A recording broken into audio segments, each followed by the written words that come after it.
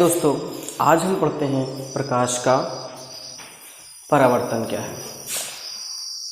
10th class physics chapter से है ये प्रकाश का परावर्तन। नीचे भी क्लासों में तो परिचय इसका क्या है, इंट्रोडक्शन इसमें प्राप्त करते हैं कि प्रकाश है क्या। साधारण सी भाषा में आप पढ़ते हो कि प्रकाश एक प्रकार की ऊर्जा है।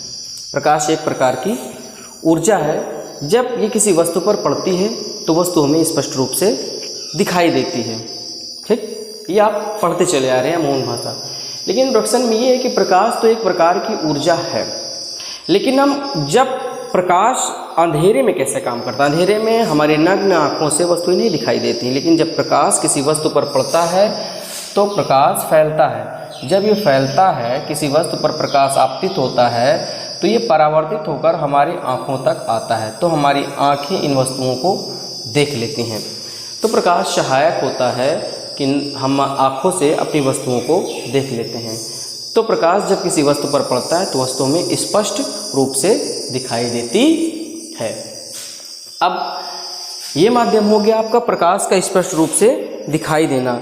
लेकिन अगर देखा जाए तो प्रकाश जो होता है ना, वो हमारे लिए एक प्रकार का बाह्य कारक है, जिससे हम अंधेरे में वस्तुओं को देख लेते हैं। तो प्रकाश एक हमारे लिए तो एक बाह्य प्रकार का कारक प्राप्त हुआ कि हम वस्तुओं को जो देखते हैं अपनी आंखों से द्वारा, प्रकाश की ही तो हम पर देखते हैं।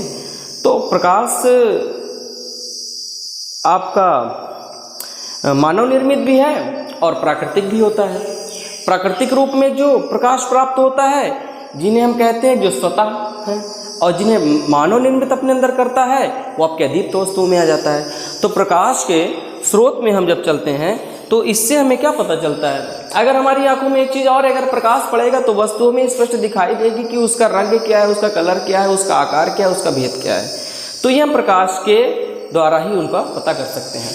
तो प्रकाश के स्रोत क्या हैं, तो हम विभिन्न प्रकार के प्राकृतिक क्या करते हैं, हम विभिन्न प्रकार के प्राकृतिक तथा मानव निर्मित चीज़ों का अध्ययन करते हैं। तो हम उनमें ही हम जो मानव निर्मित प्रकाश भी होते हैं, कुछ प्रकृति के रूप में होते हैं। तो आइए हम उनके बारे में देखते हैं। जैसे कि आपका है प्रकाश के स्रोत में प्रदीप्त वस्तुएं। प्रदीप्त वस्तुएं वे वस्तुएं जो स्वतः प्रकाश उत्पन्न करती हों, इन्हें हम क्या कहते हैं, प्रदीप्त वस्तुएं। जो स्वतः प्रकाश उत्पन्न करती हैं उन्हें हम कहते हैं प्रदीप्त वस्तुएं। एग्जाम्पल में आप ले सकते हो, सूर्य है, स्वतः प्रकाश उत्पन्न करता है। मानव निर्मित में मोमबत्तियां हैं, इन्हें आप बनाते हैं तभी तो प्रकाश उत्पन्न करता है। आपका मोमबत्ती है, मोमबत्ती के अलावा भी आपकी कई चीज़ें आ जाती हैं। वैद्युत बल्ब भी है, आपकी अदीप्त वस्तुएं आती हैं। सब चीज़ें चली जाती हैं। अदीप्त वस्तुएं क्या होती हैं कि वे वस्तुएं जो स्वतः प्रकाश उत्पन्न नहीं करती।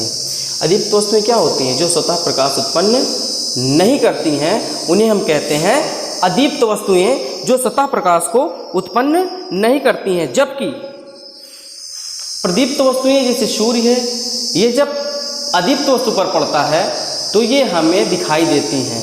जब आपतित होता है तो परावर्तित होकर वो वस्तु हमें दिखाई देती है। एग्जाम्पल के रूप में आप लिख सकते हैं, अदीप्त वस्तुओं में है मेज है, बर्तन है, चंद्रमा है, ये सब अदीप्त वस्तुएं होती हैं।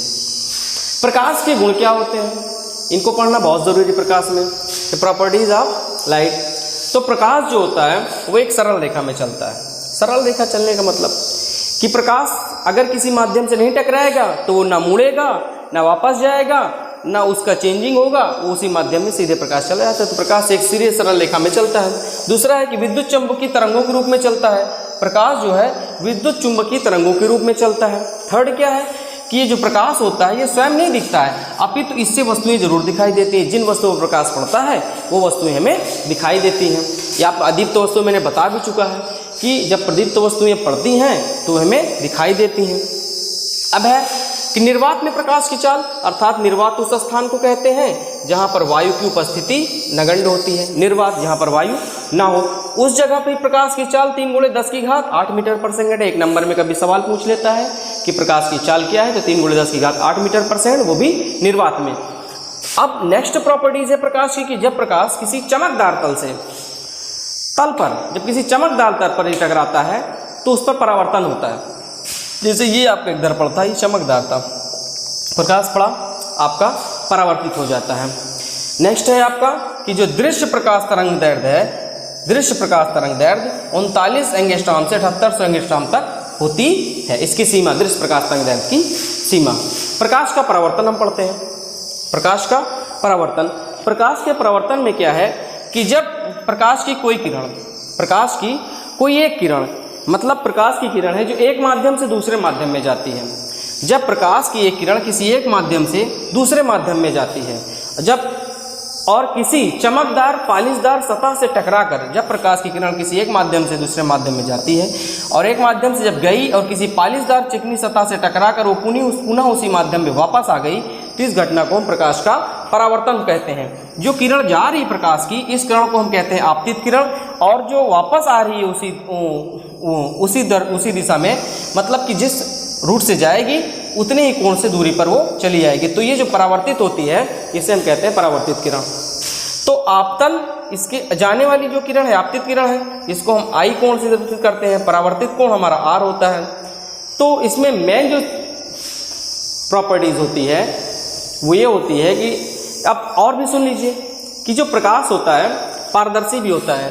यहाँ परावर्तन तो हमने दिखा दिया, एक चीज़ ये और है कि जब प्रकाश एक माध्यम से दूसरे माध्यम में जाता है, किसी तरह में किसी पारदर्शी माध्यम में, तो वो परावर्तित हो जाता है, अर्थात अपवर्तित हो जाता है। प्रकाश किसी एक पारदर्शी माध्यम से दूसरे माध्यम में जाता है तो उसका अपवर्तन हो जाता है। अब मान लीजिए अगर शीशे के द्वारा पास प्रकाश गुजारा जा रहा है तो जाएगा, लेकिन उसका अपवर्तन होगा, ठीक है, उसका अपवर्तन हो जाता है। लेकिन अगर प्रकाश को हम लोहे में, मान लीजिए लोहे का कोई टुकड़ा है, प्रकाश की किरण हम लोहे के टुकड़े से गुजारें तो ये इम्पॉसिबल है, लोहे के टुकड़े से प्रकाश नहीं गुजरता है। तो परावर्तन में आपने देखा कि प्रकाश की जब एक किरण एक माध्यम से निकलती है, किसी पालिशदार या चिकनीदार सतह से टकराती है तो टकराकर उसी माध्यम में वापस आ जाती है, इसको हम प्रकाश का परावर्तन कहते हैं इस घटना को। इस परावर्तन के दो नियम होते हैं। दो नियम कौन है? पहला, ये जो आपकी प्रकाश की जाने वाली किरण है आपतित किरण है, जिसे हम कहते हैं आपतन कोण, और ये जो परावर्तित किरण है इसके कोण को हम कहते हैं आपका परावर्तन कोण। तो आपतन कोण और परावर्तन कोण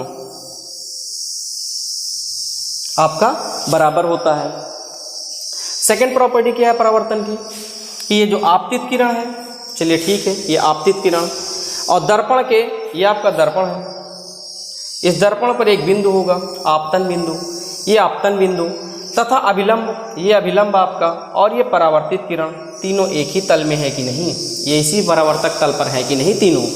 तो आपतित किरण, परावर्तित किरण तथा अभिलंब तीनों एक ही तल में होते हैं। परावर्तन के नियम अगर कभी लिखने को आ जाए तो आपतन कोण आई और परावर्तन कोण आर बराबर होते हैं। आपतित किरण, परावर्तित किरण तथा अभिलंब तीनों एक ही तल में होते हैं। इससे के आगे आपको इसमें कुछ नहीं लिखना। फिर आ जाता है आपका कि ये जो प्रकाश का परावर्तन होता है ये गोली पृष्ठों पर भी होता है। प्रकाश का जो परावर्तन होता है वो आपका गोली पृष्ठों पर भी होता है। गोली पृष्ठों के साथ साथ अगर देखा जाए तो जितने भी और परावर्तक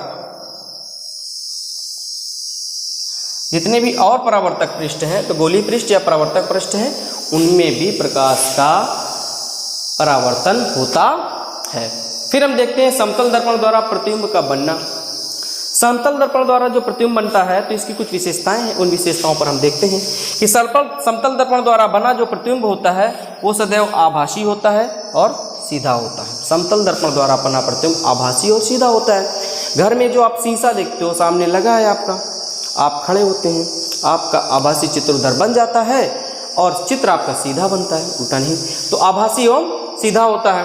अब प्रतिबिंब का साइज जो होता है, मान लीजिए कि समतल दर्पण द्वारा बना प्रतिबिंब का साइज वस्तु की साइज का मतलब होता है बिंब, जो आप बिंब सामने रखा है उसकी साइज के बराबर होता है। मान लीजिए यहाँ पर कोई है और यहाँ पर, तो ये दोनों साइज, इसका जितना साइज होगा इधर उतना भी साइज होगा, ये दूरी और ये दूरी दोनों बराबर होगी समतल दर्पण में।